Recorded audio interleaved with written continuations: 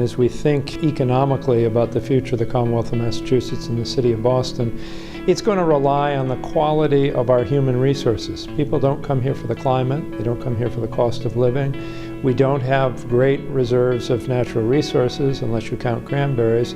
So our future is going to depend on brain power. And brain power means our capacity to develop a highly educated citizenry and workforce capable of being smarter and working smarter than workers anywhere else in the world. So today in Boston, 69% of our children are not proficient readers. And the reason that this is so critical is that the science shows us really irrefutably that 74% of the children who are not proficient readers by the time they finish the 3rd grade will struggle the rest of their academic careers and are at much greater likelihood of dropping out of high school and of not going to college. So if we're serious about building the best human capital that we can in the great Commonwealth of Massachusetts, it really requires us to ensure that children have high quality, learning-rich environments from birth. And so while it is possible to catch students up after 3rd grade, it's a much more expensive enterprise and it takes a lot longer.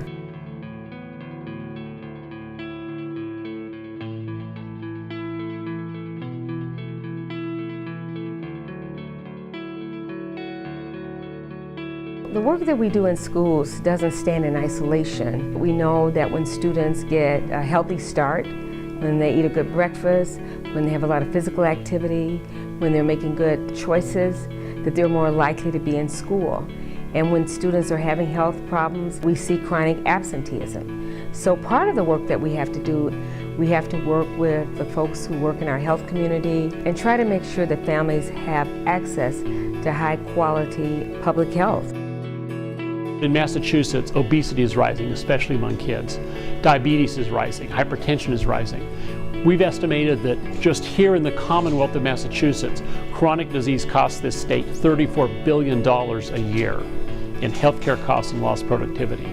It's really important we start to have healthcare also address chronic disease prevention and wellness.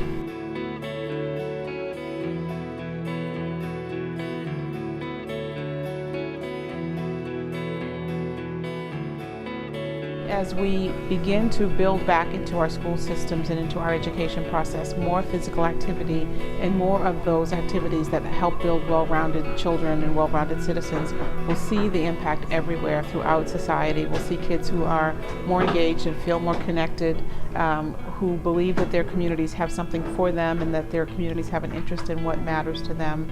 And throughout society, I think we'd see a ripple effect here.